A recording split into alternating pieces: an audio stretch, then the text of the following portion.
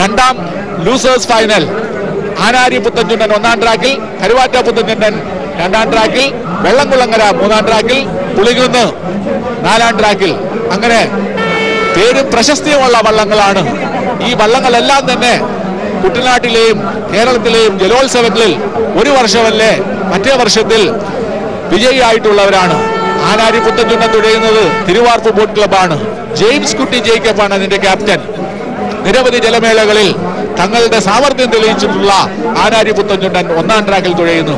കരുവാറ്റ പുത്തൻചുണ്ടൻ കരുവാറ്റ ജലോത്സവ സമിതിയാണ് ഇത്തവണ തുഴയുന്നത്. പി ഗോപാലനാണ് അതിന്റെ ക്യാപ്റ്റൻ.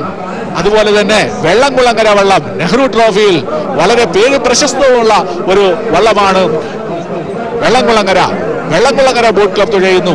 ജി മുകുന്ദൻ അതിന്റെ ക്യാപ്റ്റൻ. നാലാം ട്രാക്കിൽ പുളിങ്ങുന്ന വള്ളം രാജീവ് ഗാന്ധി ട്രോഫിയിലും നെഹ്റു ട്രോഫിയിലും ഒക്കെ ചില അവസരങ്ങൾ മുത്തമിടാൻ ഭാഗ്യം ലഭിച്ചിട്ടുള്ള ദേവമാതാ ബോട്ട് ക്ലബ് ചേന്നങ്കരി തുഴയുന്ന ജോയിച്ചൻ പാലക്കൽ ക്യാപ്റ്റനായിട്ടുള്ള പുളിങ്ങുന്ന വള്ളം. അങ്ങനെ എല്ലാ ജലമേളകളിലും കേരളത്തിൽ തങ്ങളുടെ സാന്നിധ്യം അറിയിക്കുന്ന 4 വള്ളങ്ങളാണ് ഈ സെക്കൻഡ് ലൂസേഴ്സ് ഫൈനലിൽ മത്സരിക്കുന്നത്. ഒരുപക്ഷെ ഹീറ്റ്സിൽ നിർഭാഗ്യം കൊണ്ട് മാത്രമാണ് അവര് 3-ാം സ്ഥാനത്ത് എത്തിയിരിക്കുന്നത്. അന്തരീക്ഷം തെളിയുകയാണ്. മത്സരം ആരംഭിക്കാനുള്ള തയ്യാറെടുപ്പ് നടക്കുകയാണ്. ആരംഭിച്ചു കഴിഞ്ഞു. ആനാരി പുത്തൻചുണ്ടൻ, കരുവാറ്റ പുത്തൻചുണ്ടൻ, വെള്ളംകുളങ്ങര, പുളിങ്ങുന്ന് എന്നീ 4 വള്ളങ്ങളാണ് മത്സരിക്കുന്നത്. ഇപ്പോൾ മുന്നിലുള്ളത് 4-ാം ട്രാക്കിലുള്ള പുളിങ്ങുന്ന വള്ളം നെഹ്റു ട്രോഫിയിൽ മുത്തമിടാൻ ഭാഗ്യം ലഭിച്ചിട്ടുള്ള പുളിങ്ങുന്ന വള്ളം. അതുപോലെ തന്നെ പുളിങ്ങുന്നിലെ രാജീവ് ഗാന്ധി വള്ളംകളിയിലും മുത്തമിടാൻ ഭാഗ്യം ലഭിച്ചിട്ടുള്ള പുളിങ്ങുന്ന് ചുണ്ടൻ. ദേവമാതാ ബോട്ട് ക്ലബ് ചേന്നങ്കരി തുഴയുന്നു. പുതുക്കിപ്പണിത വള്ളമാണ് പുളിങ്ങുന്ന്. ജോയിച്ചൻ പാലക്കലാണ് അതിന്റെ ക്യാപ്റ്റൻ. 4-ാം ട്രാക്കിൽ തുഴയുന്ന 3-ാം ഹീറ്റ്സിലെ 3-ാമതായി വന്ന 22-ാം നമ്പർ വള്ളം പുളിങ്ങുന്നാണോ, 2-ാം ഹീറ്റ്സിലെ 3-ാമനായ വെള്ളംകുളങ്ങരയാണോ, അതോ 1-ാം ഹീറ്റ്സിലെ 1-ാമനായിട്ടുള്ള കരുവാറ്റയാണോ, 4-ാം ഹീറ്റ്സിലെ 3-ാമനായിട്ടുള്ള ആരാരി ചുണ്ടനാണോ ഈ ചുണ്ടൻ സെക്കൻഡ് ലൂസേഴ്സ് ഫൈനലിൽ 1-ാമതായി എത്തുന്നതുള്ള കാത്തിരിക്കേണ്ട ഒരു കാര്യമാണ്. ആർദ്രമായി ഒഴുകുന്ന ഈ കൊല്ലത്തെ അഷ്ടമുടിക്കായലിലെ കുഞ്ഞോളങ്ങളെ പുളകച്ചാർ നിറഞ്ഞുകൊണ്ട് ചുണ്ടൻവള്ളങ്ങൾ കുറിച്ചുപായുമ്പോൾ നമ്മുടെ പ്രഥമ വനിത ആ ദൃശ്യം വീക്ഷിക്കുകയാണ് VIP പവലിയിൽ നിന്ന്.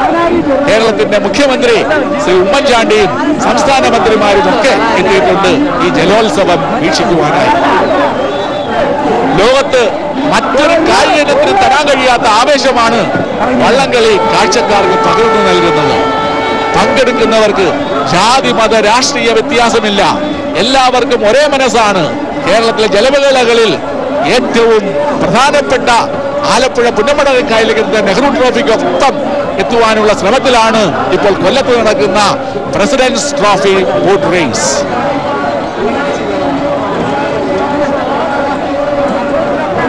ഒളിമ്പിക്സിൽ കിട്ടുന്ന ഒരു സ്വർണ്ണ മെഡലിനേക്കാൾ വിലയുണ്ട് കുട്ടനാട്ടിലെ അല്ലെങ്കിൽ കൊല്ലത്തെ ആൾക്കാർക്ക് ഈ ജലോത്സവത്തിലെ 1-ാം സ്ഥാനത്ത്. 1952 കേരളം സന്ദർശിച്ച പണ്ഡിറ്റ് നെഹ്റുവിനുള്ള ആദരസൂചകമാണ് ആദ്യമായി പുന്നമടക്കായലിൽ ഒരു ജലോത്സവം സംഘടിപ്പിച്ചത്. ഇപ്പോൾ ഇതാ പ്രസിഡന്റ്സ് ട്രോഫി കൊല്ലത്ത് നടക്കുന്നു. പ്രസിഡന്റ്സ് ട്രോഫി, പ്രഥമ പ്രസിഡന്റ്സ് ട്രോഫി, ഒരു രാഷ്ട്രപതിയുടെ പേരിൽ ഇന്ത്യയിൽ നടക്കുന്ന ആദ്യത്തെ ജലോത്സവം. വാശിയേറിയ ഒരു പോരാട്ടമാണ് ഇപ്പോൾ ഇവിടെ നടക്കുന്നത്. അഷ്ടമുടിക്കായലിലെ ഓളങ്ങളെ കീറി മുറിച്ചുകൊണ്ട് 2-ാം ലൂസേഴ്സ് ഫൈനൽ, അതായത് ഹീറ്റ്സ് മത്സരത്തിൽ 3-ാമതെത്തിയ 4 വള്ളങ്ങൾ ആനാരി ചുണ്ടൻ, കരുവാറ്റ പുത്തൻചുണ്ടൻ, വെള്ളംകുളങ്ങര, പുളിങ്ങുന്ന് എന്നിവ വാശിയേറിയ മത്സരമാണ് ഇവിടെ നടത്തുന്നത്. ഒരുപക്ഷെ അല്പം വിശ്രമത്തിന് ശേഷം, കോരിച്ചൊരിയുന്ന മഴയ്ക്ക് ശേഷം വളരെയധികം ആവേശത്തോടുകൂടി മുന്നേറുകയാണ് ആനാരി തന്നെ. 1-ാം ട്രാക്കിലെ ആനാരിയാണോ 2-ാം ട്രാക്കിലെ കരുവാറ്റ പുത്തൻചുണ്ടനാണോ മുന്നിലെത്തിയെന്ന് പറയാൻ സാധിക്കാത്ത രീതിയിൽ ഇതാ ഫിനിഷിംഗ് പോയിന്റ് എത്തിയിരിക്കുന്നു. ആനാരി തന്നെ. നമ്പർ 18-ാം നമ്പർ വള്ളം. ഈ പറയുന്ന സമയത്ത് വനിതകളുടെ മത്സരം ആരംഭിച്ചു കഴിഞ്ഞു. വിവിധ തരം വള്ളങ്ങൾ കേരളത്തിലെ ജലോത്സവങ്ങളിൽ പങ്കെടുക്കുന്നു. ചുണ്ടൻ കഴിഞ്ഞാൽ ഇരുട്ടുകുത്തി, വെപ്പ്, ചുരുളൻ എന്നിവയാണ് പ്രധാന കളിവള്ളങ്ങൾ. രൂപസൗകുമാര്യത്തിൽ വ്യക്തിത്വം പുലർത്തുന്നതാണ് ചെറുവള്ളങ്ങൾ. ചെല്ലിക്കാടൻ, ദേവാസ്. ഇപ്പോൾ നടക്കുന്നത് വനിതാ മത്സരം. വനിതകൾക്കും വള്ളംകളിയിൽ സ്ഥാനമുണ്ട് എന്ന് തെളിയിക്കുന്ന രീതിയിൽ ചെല്ലിക്കാടൻ, ദേവാസ്, കമ്പനി വള്ളം കാട്ടിൽ തക്കേതിൽ. ദേവാസിന്റെ പേരിൽ വനിതാ വിഭാഗത്തിലും പുരുഷ വിഭാഗത്തിലും വള്ളങ്ങൾ മത്സരിക്കുന്നു. ചെല്ലിക്കാടൻ, ദേവാസ്, കമ്പനി വള്ളം കാട്ടിൽ തക്കേതിൽ. ഈ 4 വള്ളങ്ങളും കേരളത്തിൽ നടക്കുന്ന ജലോത്സവങ്ങളിൽ വനിതാ വിഭാഗത്തിൽ മത്സരിക്കുന്ന വള്ളങ്ങളാണ്. പരമ്പരാഗത വൈരികളാണ് ഈ വള്ളങ്ങൾ എന്ന് വേണേ പറയാം. ഓരോ വർഷവും മാറി മാറി വിജയിക്കുന്ന വള്ളങ്ങളാണ് ഈ വള്ളങ്ങൾ. കുട്ടനാട്ടിലെ കർഷക തൊഴിലാളികളും കൊല്ലത്തെ തൊഴിലാളികളും ഒക്കെ കൂടി ചേർന്ന് തുഴയുന്ന വള്ളങ്ങളാണ് ചെല്ലിക്കാടനും ദേവസും കമ്പനി വള്ളവും കാട്ടിൽ തക്കേതിലും വള്ളം.